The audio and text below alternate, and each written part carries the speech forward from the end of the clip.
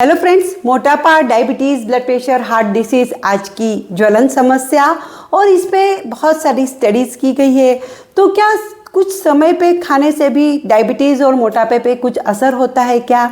मैं इसी विषय पे आज से चर्चा करना चाहती हूँ कि ब्रेकफास्ट, लंच और डिनर का समय हमारा क्या रहना चाहिए और ये समय को टालने से हमारी बॉडी पे क्या असर होता है। तो बनी रहिए इस चैनल पे अंत तक। न्यू है तो please like and subscribe this channel also. सबसे पहले हम समझ लेते हैं हमारी बॉडी में एक सर्केडियन रिदम होती है। इस रिदम के हिसाब से हमारी बॉडी में हाइपोथैलेमस पिट्यूटरी एक्सिस काम करता है और 4 प्रमुख हार्मोन सिक्रीट करता है। उसमें बहुत इंपॉर्टेंट होते हैं स्टेरॉइड हार्मोन, जिसका नाम आपने सुना होगा। स्टेरॉइड हार्मोन जैसे हम उठते हैं वैसे ही स्टेरॉइड हार्मोन का लेवल बढ़ जाता है और हमारी बॉडी दिन भर की क्रिया के लिए तैयार हो जाती है। जैसे जैसे शाम होती है वैसे वैसे इंसुलिन की एक्टिविटी और सेंसिटिविटी कम होने लगती है। ग्रोथ हार्मोन अर्ली मॉर्निंग में सिक्रेट होता है। तो मेलेटोनिन इतना इम्पोर्टेंट हार्मोन है। जैसे ही सूर्य प्रकाश कम होने लगता है बॉडी का टेम्परेचर कूल डाउन होने लगता है और हमारी बॉडी सोने के लिए तैयार होने लगती है। साथ में ग्रेलिन और लेप्टिन नामक हार्मोन्स है जो आपके हंगर को और सटाइटरी को, भूख लगना और पेट भरना, ये दोनों को सिग्नल करते हैं।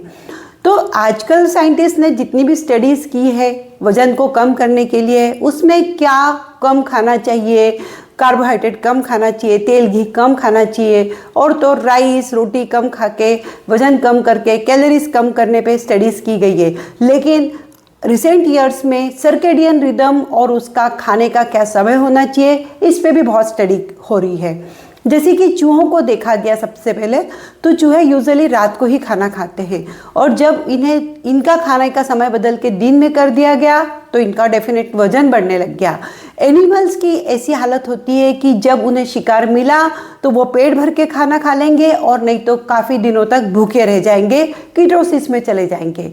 तो वैसे ही हमारे पूर्वज, हमारे पेरेंट्स बहुत बार उपवास रख के, आपने देखा होगा, अपनी बॉडी को कीटोसिस में ले आ जाते हैं या फिर टाइम रिस्ट्रिक्टेड ईटिंग पैटर्न रहता है।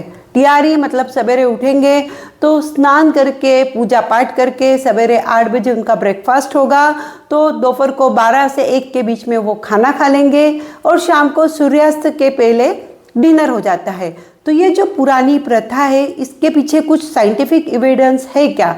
तो एक तो हार्मोन्स इम्बैलेंस, दूसरी बात आजकल ही देखा गया है कि हम लोग दिन में 3 बार छोड़ के 10 बार भी मुंह में कुछ न कुछ डाल लेते हैं। तो इससे इश्यू क्या आता है कि जब भी आप कुछ खाते हैं तो ग्लूकोज बनता है खाने से और ये ग्लूकोज लीवर में जाके ग्लाइकोजन के रूप में स्टोर हो जाता है। वापस से हम कुछ खाते हैं तो वापस से ग्लूकोज एक्स्ट्रा का जो बच जाता है वो ग्लाइकोजन के रूप में स्टोर हो जाता है। लेकिन जब आप खाना बंद कर देते हैं तो लीवर ग्लाइकोजन को तोड़ के ग्लूकोज के फॉर्म में एनर्जी प्रोवाइड करता है। लेकिन बार बार खाने से ग्लाइकोजन स्टोर होने लगता है और ये बाद में फैट में बदल जाता है। तो ये फैट पूरी बॉडी में भी डिपॉजिट होने लगता है और चूंकि लीवर में बहुत सारा फैट है तो इंसुलिन रेजिस्टेंट बढ़ गया है। तो बार बार खाने से नुकसान ये है कि लीवर और फैट और इंसुलिन का इशू आ जाता है और टाइम रिस्ट्रिक्शन करते हैं। अगर हम फिक्स टाइम पे खाते हैं तो जब हम फास्टिंग स्टेज में पहुंचते हैं, मतलब टाइम रिस्ट्रिक्शन का मतलब होता है बस 8 घंटे ही आपने कुछ खाना, उसके अलावा कुछ खाना नहीं है। मतलब सवेरे 8 बजे ब्रेकफास्ट, 12 बजे लंच और शाम को 6 से 7 बजे के बीच में डिनर। तो बचे हुए 16 घंटे में आपकी बॉडी पूरा ग्लाइकोजन को यूटिलाइज करती है और थोड़ा बहुत कीटोन्स बॉडी फॉर्मेशन का काम स्टार्ट हो जाता है। जब ऐसा रेगुलर होने लगता है तो बॉडी का सर्केडियन रिदम और आपका ईटिंग पैटर्न मैच होने लगता है।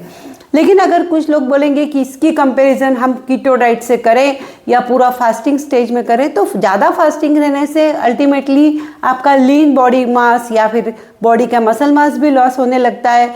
लेकिन फिक्स समय पे खाने से आपका मसल मास तो कम नहीं होगा, आपको न्यूट्रिएंट्स भी बराबर पहुँचेंगे और कुछ फ़ायदों की मैं लिस्ट बताती हूँ, वो फ़ायदे भी पहुँचेंगे जो आपको सोच के भी आश्चर्य हो जाएगा। फिक्स स्टमक से खाना खाने से वज़न कम होगा, डायबिटीज़ और मेटाबॉलिक डिसीजेस कम होगी, जैसे कि ब्लड प्रेशर, हार्ट डिसीज़ और लकवा, फैटी लिवर इत्यादि।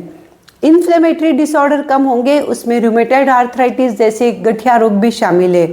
तो कैंसर जैसी बीमारियां भी कम हो जाएगी, क्योंकि थोड़ा कीटोन फॉर्मेशन, ऑटोफेजी वगैरह स्टार्ट हो जाती है और डेफिनेटली कैंसर का रिस्क भी कम हो जाता है।